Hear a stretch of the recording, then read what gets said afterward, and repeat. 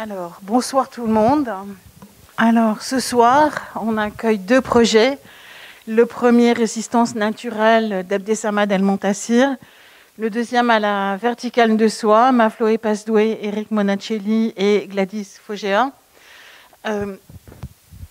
Alors, c'est assez intéressant parce que les scientifiques auraient dû être avec nous ce soir. Le scientifique avec lequel Abdessamad travaille habite aux États-Unis, sur la côte Est. Donc c'est un peu loin et c'est un peu Covid compliqué.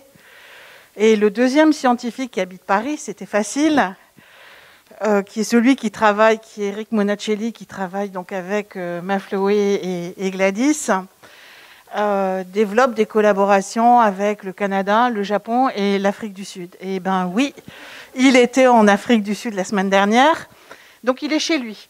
Mais si les dieux de l'informatique le veuillent bien, on l'aura un Skype quand même pendant cette conférence. Voilà, donc je trouve que ça, moi ça me plaît beaucoup, pas de l'avoir perdu, mais que dans un sujet qui s'appelle Corps à Corps, on en ait perdu un morceau dans le cyberespace. Voilà. Donc cette rencontre, vous verrez corps à corps. J'ai pas envie d'en dire nécessairement plus maintenant. Et donc je vais appeler Abdessamad El-Montassir à me rejoindre. Donc c'est un artiste qui travaille entre le Maroc et la France. Il est basé à Marseille. Il a été en résidence à Limera et j'ai vu qu'il serait en résidence à Schloss Solitude en 2022. Donc tout le monde est toujours très friand d'aller à Schloss Solitude. Ses recherches sont axées sur une trilogie, le droit à l'oubli, les récits fictionnels et viscéraux et le traumatisme d'anticipation, dans une recherche qui associe poétique et différentes natures de sciences. Alors voilà, je vais lui laisser la parole. Merci beaucoup Annick et merci à toute l'équipe de nous avoir accueillis ce soir pour cette merveilleuse rencontre qui a dû être reportée plusieurs fois par rapport à la situation sanitaire. Enfin, nous voilà aujourd'hui. Je suis hyper content de vous voir ici et j'ai hâte qu'on commence cet échange. Le projet que je souhaite présenter aujourd'hui, c'est un projet qui était développé dans deux institutions à Marseille. La première, c'est à l'EMERA, l'Institut méditerranéen de recherche et études avancées. Et la deuxième, c'est à l'INBE, qui est l'Institut méditerranéen de biodiversité, aussi à Marseille. Le projet, il a pu avoir des vies un peu différentes dans des endroits de différents continents. Et le projet, il propose d'explorer l'idée que l'identité non humaine peut être des témoins de traumatisme humain. Le projet qui était baptisé Résistance naturelle en 2016, se base sur deux questionnements phares.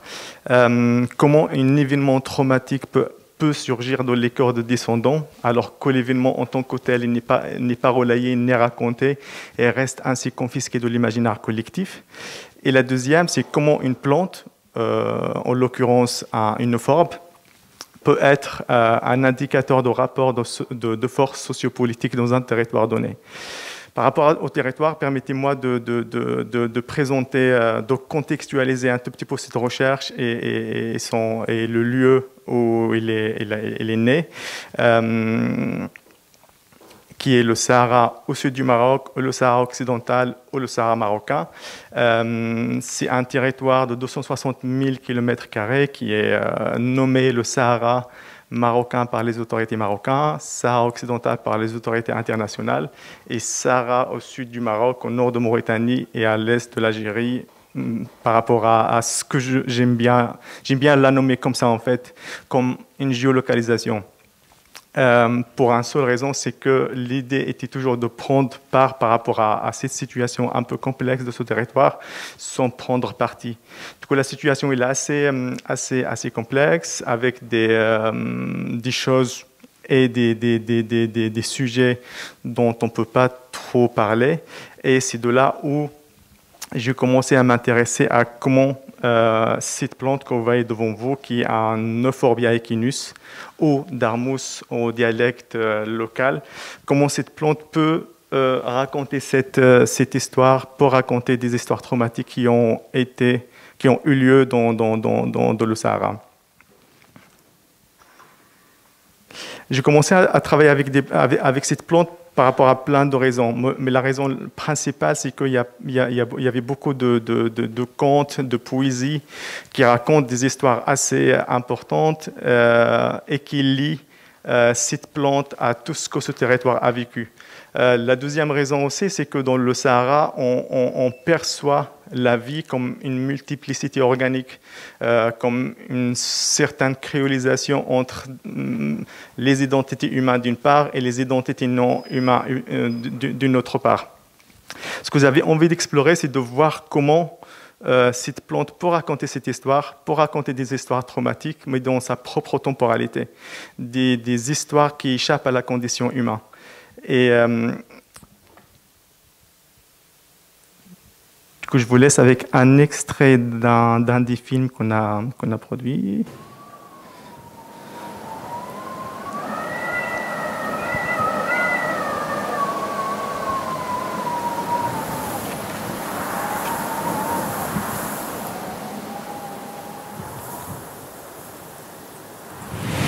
هذاك اللي عشنا حنا هذاك اللي نعرفوه ياسر منه حنا ما نقدروا نقولوه. عيشوا البوادي والصحراء أكثر من النباتات والرملة والأصدار، عاشوا أكثر منا، ولكن عندهم هما اللي ما نقدروا حنا كلمات، ما نقدروا حنا ما عندنا كلمات باش ننطقوه، واخا عارفينها واخا غير أكثر اللي تقول لكم هي بها عاشت فيه وعرفتوا، حنا درقنا عنه وهي تم عندها تمت معه.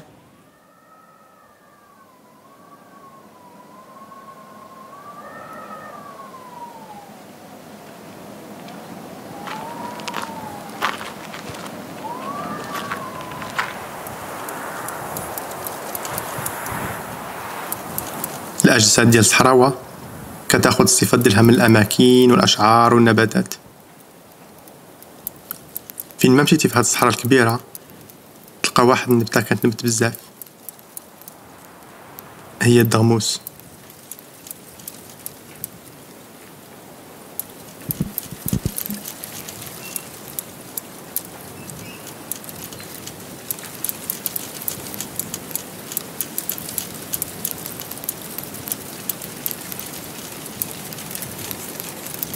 هاد النبتة في العالم كامل كتنبت غير في هاد البلاصة من الصحراء.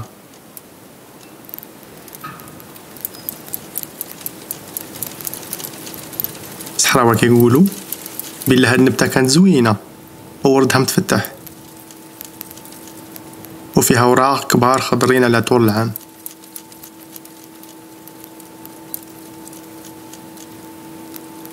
واحد النهار الدغموس بدات وراقها الشوك وتتواط على راسها.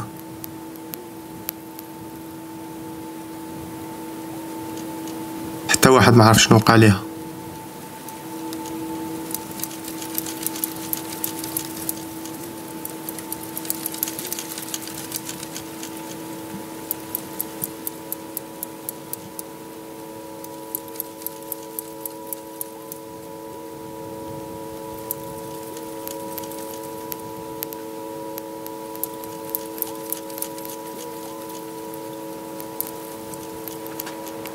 هاد النبتة بدلات وراقها شوك باش ما عمرها تحركت من بلاصتها،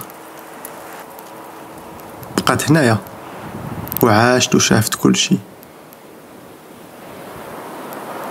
وفي نفس الوقت بزاف ديال العلامات تبدلات.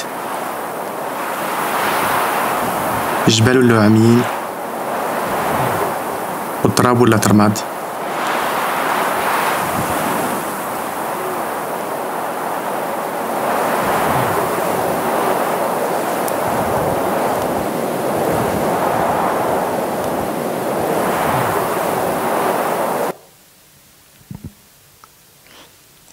en écoutant cette belle histoire de cette plante dans ce territoire d'une personne qui s'appelle Khadija, qui était ma voisine dans le Sahara, et qui me raconte cette histoire, qui me raconte des poésies sur cette plante, sur la possibilité que cette plante peut raconter ce qui s'est passé. Et il m'oriente d'y aller la voir. Et en fait, c'était ça la base de ce projet, et c'était ça ce qui m'a ramené à débarquer à Marseille pour essayer de travailler avec des scientifiques, premièrement, pour essayer de reconstituer cette histoire. Au début, c'était complètement c'était des idées bien évidemment farfelues, parce qu'au début, quand je suis arrivé à Marseille, l'idée c'était d'essayer de reconstituer la forme initiale de cette plante, à savoir la reconstituer sa forme avec des feuilles fleuries que j'avais envie de voir pour une fois. Mais bien évidemment, on était face à plusieurs problématiques éthiques, bien sûr, aussi, il y avait des questions liées au financement de ce projet. Et petit à petit, le projet il s'est orienté vers une autre direction sur laquelle je travaille actuellement. Et c'est d'essayer d'extraire ce que cette plante, une mémoire visuelle et sonore de ce que cette plante a pu enregistrer dans un moment donné dans ce territoire. Et on parle bien évidemment d'un moment dans les années 75, pendant qu'il y a un traumatisme il n'y a personne que ne sait la nature de ce traumatisme a eu lieu. Pourquoi aussi s'orienter vers une plante? Premièrement aussi pour aussi respecter un droit à l'oubli qui était revendiqué par la population, un droit de ne pas raconter, parce que raconter son histoire, raconter une histoire, c'est aussi raconter sa propre faiblesse et humiliation. C'est raconter quelque chose de l'ordre d'amnésique. Et je pense que la plupart des gens avec qui je travaillais dans le Sahara n'ont pas eu cette possibilité de raconter, ou juste ce désir de revivre une histoire deux fois. Du coup, face à ce droit à l'oubli et face à cette mémoire qui échappe, de cette plante qui échappe, comment cette histoire peut être racontée, comment cette histoire peut être reconstituée.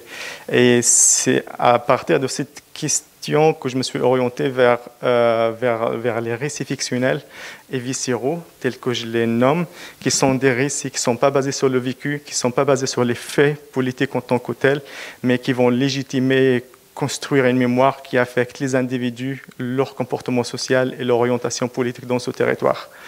J'ai commencé en 2016 jusqu'à aujourd'hui à réénumérer et à récolter toutes ces histoires.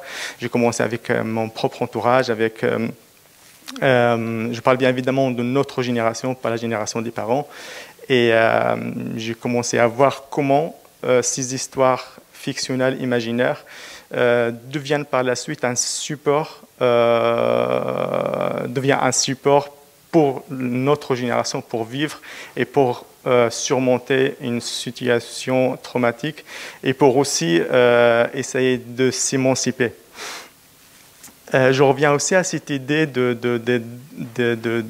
cette idée de créolisation, de cette idée que dans le Sahara on perçoit la vie comme une multiplicité. Chaque élément de le Sahara, c'est un élément digne. Je parle bien évidemment des plantes, de l'air, de pierres, des humains qui sont dans un même niveau d'importance. Il n'y a pas d'hiérarchie très, très claire. Et je vous laisse avec cet extrait de film Galb Chouf.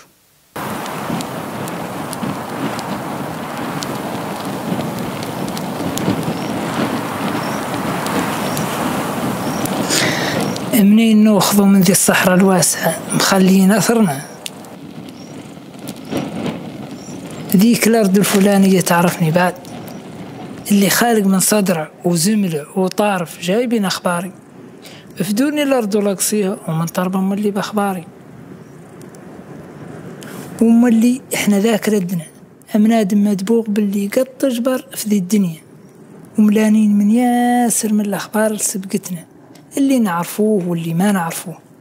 ذكرتنا في كل أرض تجول وذكرتها تجول فينا. الدنيا تجي على ياسر نعرفوه وياسر ما نعرفوه، تفنى روح وتخلق نجم وتموت نجم وتنبت صدره وتنقلع صدره وتعود من جور وتفنى اليد ويبقى عمالها ولا صالح هم أو بخسارة واحد.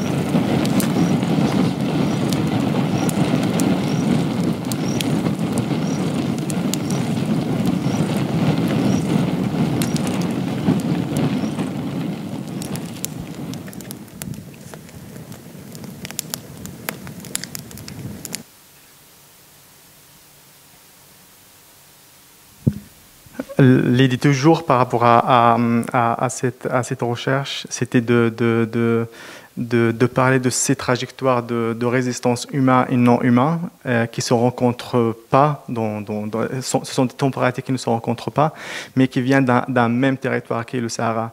Le fait qu'ils ont été dans le même territoire, dans le même endroit à un moment donné, m'a suscité mon attention et je me suis dit que comment ces éléments peuvent raconter ces histoires. Ce qui était aussi important pour moi par rapport à ces plantes et par rapport à ces plantes d'Armous dans le projet Gelbchouf et Relga Defla, par exemple, et les plantes qui peuplent le Sahara, c'est que ces plantes n'ont pas une attribution politique prédonnée et ils ne représentent pas une identité politisée. Ce n'est pas par exemple des plantes, ce n'est pas par exemple la canne à sucre qu'elle a une charge symbolique et politique indissociable aujourd'hui. Les plantes dont je parle, ce sont des plantes qui représentent leur propre temporalité et qui représentent leur propre histoire. Ce que vous voyez, c'est un des dispositifs que j'ai fait par rapport à ce projet. Et après une recherche pour essayer de cartographier l'ensemble de ces événements traumatiques dans ce territoire. Je vais basculer vers la partie un peu scientifique, qui était aussi une partie très importante et qui est toujours en cours et qu'actuellement il prend des directions un peu, si je me permets de dire, des directions rhizomiques.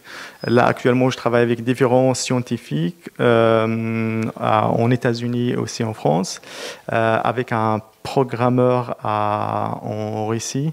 Et l'idée, actuellement, ce qu'on est en train de faire, c'est d'essayer de créer des algorithmes qui nous permettent par la suite de traduire des diagnostics, mais de traduire aussi les éléments que cette plante a pu enregistrer en 1975. On a commencé déjà avec, d'une manière très expérimentale, avec un compositeur, Mathieu Guillain, et notre processus était d'extraire uniquement une mémoire sonore, et je vous laisse avec un extrait.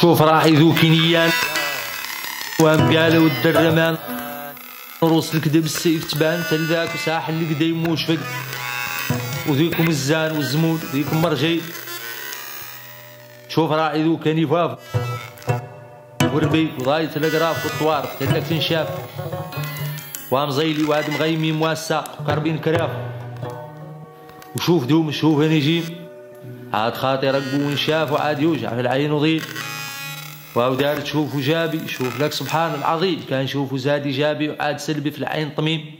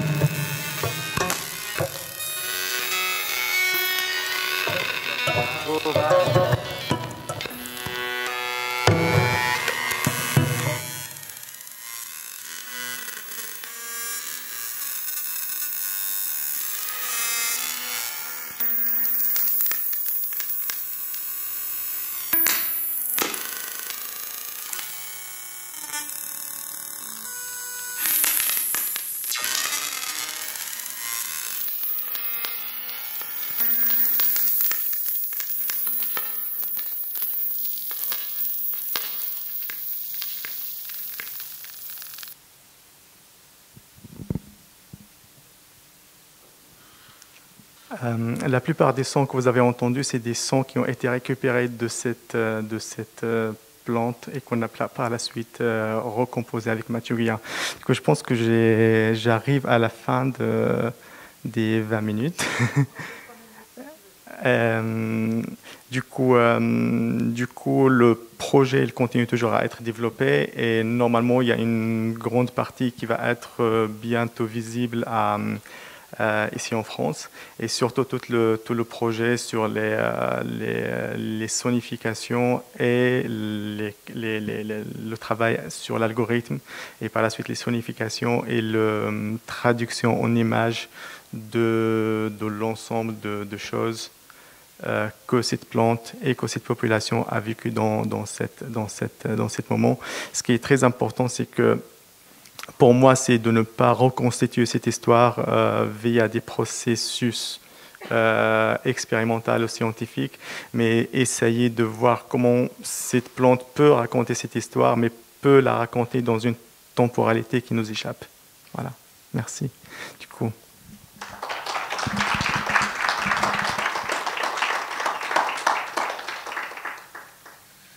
Est-ce qu'il y a vous avez des questions ou des commentaires? Vous allez encore me laisser partir toute seule?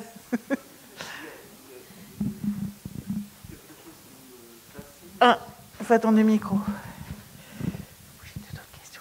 Il y a quelque chose qui me fascine dans ce que vous avez dit, c'est vous avez extrait en quelque sorte la mémoire, une mémoire de cette plante, et les sons qu'on a entendus, vous avez dit que ça avait été retraduit par un compositeur. Enfin, entre guillemets, concrètement, ça s'est passé comment le travail? C'est-à-dire que la matière sonore que vous avez extrait de cette plante, enfin, ça m'intrigue et me fascine ce que vous avez dit. De quelle façon il a fallu la retraduire, parce qu'on entend des voix, on entend des musiques. Est-ce que vous avez recréé une fiction ou ces sons-là sont réellement sortis de la plante, enfin, ont été captés dans la plante? Enfin, voilà, je voudrais avoir des éclairages par rapport à ça. Bien sûr.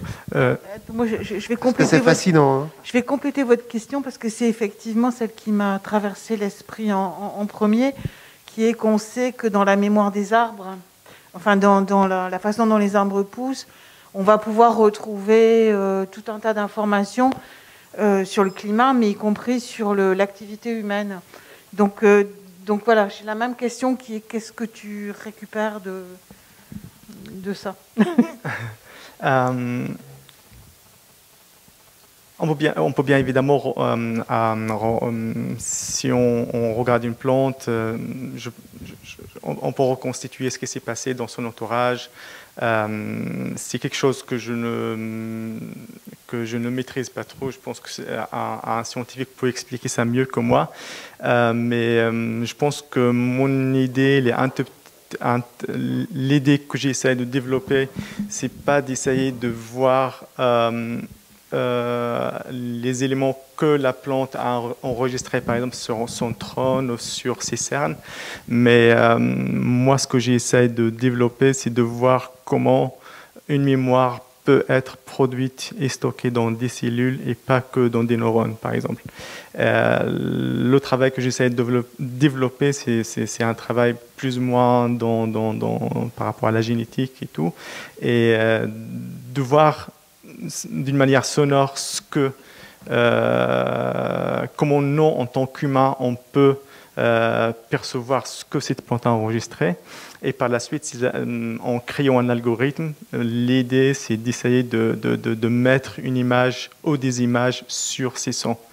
Par rapport à la pièce sonore que vous avez écoutée, il y a une partie qui est une partie de recherche sur les poésies hassani. Ce que vous avez entendu, c'était pas un son, surtout les poésies, c'est pas un son qui provient des plantes, c'est des sons de poésie hassani qui racontent l'histoire de ce territoire, l'histoire de son combat, de ce qui se passe actuellement et de ce qui s'est passé, mais dans un langage assez poétique. Du coup, on raconte tout, mais sans raconter. Et les sons, je pense, les petits, je ne sais pas si on peut dire crépitement, oui. Ouais, que vous avez entendu de la pièce, c'est ça les sons qui ont été récupérés de la plante. Du coup, ce sont des sons bruts, ils ne sont pas été traités. On les a gardés tels qu'ils étaient, mais ce que je souhaite de le futur, c'est plutôt avancer sur cette idée de sons qui ont été enregistrés et stockés dans plutôt des cellules. Voilà. Mais alors, qui seraient les cellules de la plante? Exactement. Mais du coup, quand tu parlais, quand tu parlais des différences de temporalité, à ce moment-là, c'est la plante dans sa temporalité de maintenant, ou il est inclus dans sa temporalité historique? Alors, il y a beaucoup d'éléments qui nous échappent complètement par rapport à ce qui était très important pour moi, c'est de partir de ce constat que la plupart des fois, on a essayé de penser la nature, de penser l'autre non humain. On a toujours essayé de le penser sur des termes humains. Mais ce qui m'intéresse, c'est d'essayer de voir comment cette plante peut raconter une histoire dans sa propre temporalité et que c'est bien évidemment une temporalité qui nous échappe. L'idée, c'est qu'un traumatisme nous échappe. Comment les personnes qui ont subi ce traumatisme le racontent ou pas, c'est une temporalité qui nous échappe complètement. Des récits fictionnels, c'est des récits qui sont pas basés sur l'événement politique, ce sont des récits qui sont construits, qui sont des récits vrais aussi dans leur forme fictionnelle. Et par la suite s'ajoute la plante avec ce qu'on essaye de faire, d'extraire cette mémoire sonore et visuelle, mais ça reste toujours une mémoire sonore et visuelle qui nous échappe. Et en fait, reconstituer une histoire traumatique, ça revient au fait que ça revient à cette impossibilité de la reconstituer en telle qu'elle était, telle qu'elle s'est passée. Mais est-ce que si j'ai bien... Oui. Attends, vas-y. Oui, bonsoir. Merci. Bonsoir. Ça me fait penser à un film de science-fiction que j'ai vu il n'y a pas très longtemps où il s'agissait d'élaborer un logiciel pour interpréter le langage d'extraterrestres, des sortes de méduses qui arrivaient de l'espace. Et j'ai un petit peu l'impression que vous cherchez le langage de cette plante. En fait, d'une certaine manière, est-ce que ça ne serait pas ça la question? C'est comment cette plante pourrait nous parler dans son langage à elle, qui serait un langage non humain en fait. Et est-ce que comment voilà l'algorithme vous cherchez, c'est une forme de contact en fait. Ça me rappelle aussi une histoire qu'une personne m'a racontée, mais que je ne vais pas pouvoir la référencier bien. Mais en parlant de ce projet à une chercheuse, il m'a donné l'exemple d'une scientifique qui avait chez elle 12 moutons. Et pour les nourrir, elle donne 13 bols. Et 12 moutons, 13 bols, 12 moutons, 13 bols. Et un jour, il y a quelqu'un qui lui a dit je ne sais pas ce qui se passe, mais tu sais, 12 moutons, c'est 12 bols. Et la réponse de cette personne, c'était vraiment une réponse très pertinente. Il lui a dit j'ai envie de voir quelque chose autre qui peut surgir de cette situation, quelque chose autre qu'on n'a pas pu anticiper au niveau de l'humain.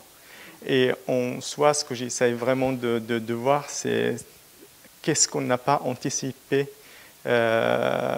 au niveau de l'humain pour comprendre l'autre. Et en fin de compte, cette plante, ça reste toujours pour moi une métonymie pour parler de ce conflit. Je dis métonymie et je ne dis pas métaphore. C'est très important pour moi à le souligner. Et en fait, cette plante, elle raconte sa propre histoire par rapport à sa propre expérience dans ce territoire, par rapport aux traumatismes humains et non humains qui ont eu lieu. Et les humains, bien évidemment, ils racontent leur propre histoire par rapport à ces traumatismes, bien sûr. Et les deux individus, qui sont deux individus dignes, racontent ces histoires de leur propre temporalité. Et ce qui est très important pour moi, c'est que les deux, ils viennent d'un même territoire.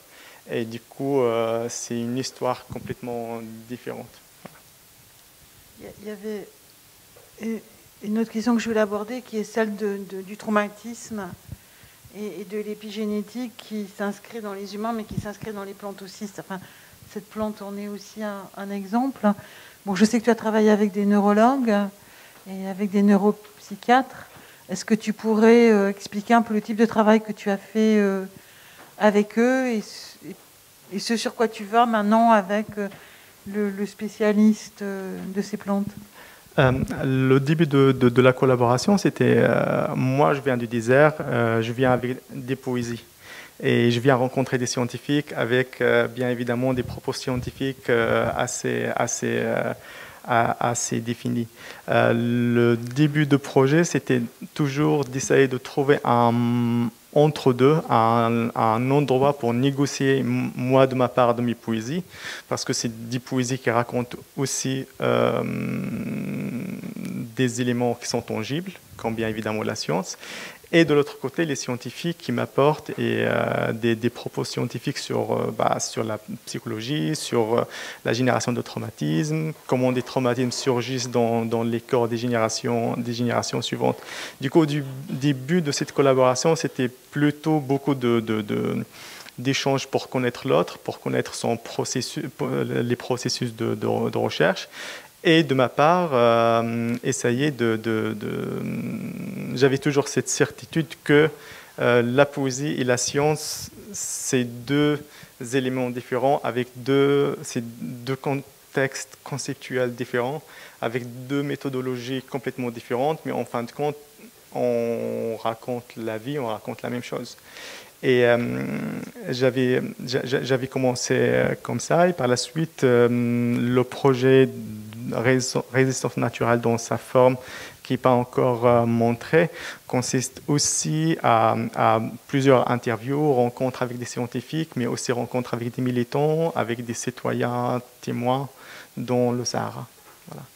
Du coup, il y a toujours ces moments d'échange, mais il y a aussi ces moments de travail en laboratoire à l'INBE, et c'était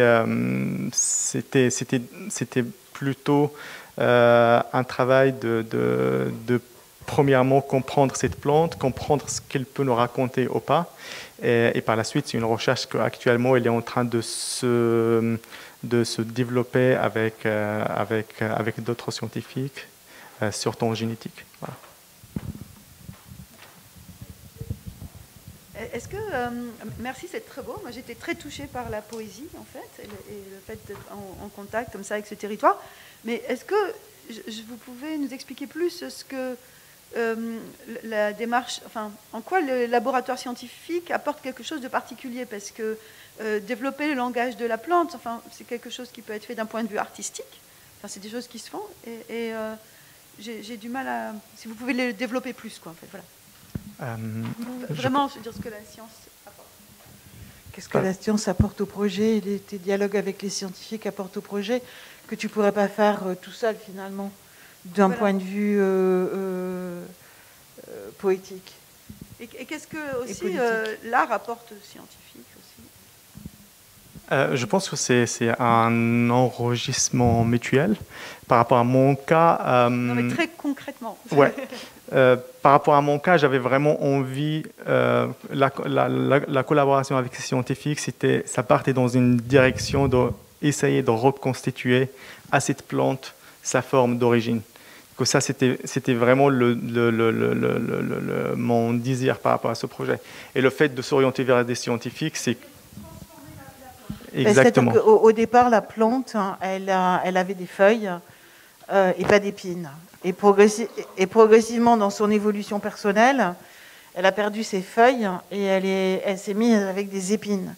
Et donc, le premier projet, c'était de faire du génie génétique à rebours pour revenir à la plante d'origine. La plante d'origine, c'était une tradition de dire ça. Le fait qu'elle avait des feuilles. C'était dit dans la tradition, on racontait que la plante avait des feuilles. Exactement. C'était pas vrai. Oh, c'était peut-être vrai. Voilà. Ouais. Non, par rapport à la poésie, bien évidemment, on lie cette transformation à un événement politique. Du coup, c'est très poétique. Raconter une histoire traumatique via d'autres éléments qui peuplent ce territoire. Ça, c'était vraiment la côté poétique.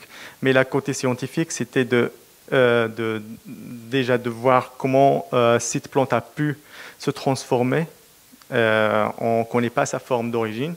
On ne connaît pas comment elle était dans son état initial, mais c'était pour moi une thèse, c'était pour moi un début de projet pour voir est-ce qu'elle avait vraiment cette forme fleurie avec des feuilles complètement ouvertes ou elle était toujours épineuse et toxique telle que la poésie le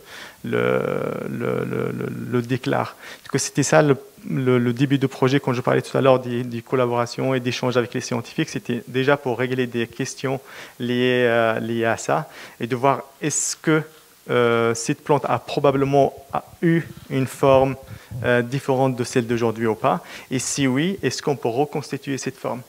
Du coup, c'était ça le point de départ. Ce qui était important pour moi, c'est que cette plante n'existe que dans ce territoire. Elle n'existe pas ailleurs. Et le fait de raconter cette histoire de cette transformation de l'OTAN, c'est aussi lié au conflit politique, bien sûr, mais c'est aussi lié à la croissance de ce peuple et à cette plante dans un même territoire. Du coup, moi, je trouvais que c'était un motif très important à partir duquel des idées peuvent prendre forme, sachant qu'on parle d'un conflit dans un territoire précis et on parle d'une plante qui ne pousse que dans un territoire précis. Et par la suite, il y a des éléments de l'ordre de collaboration scientifique qu'on n'a pas encore pu montrer, mais je pense que dans un futur proche, il y aura des éléments assez concrets là-dessus. Voilà.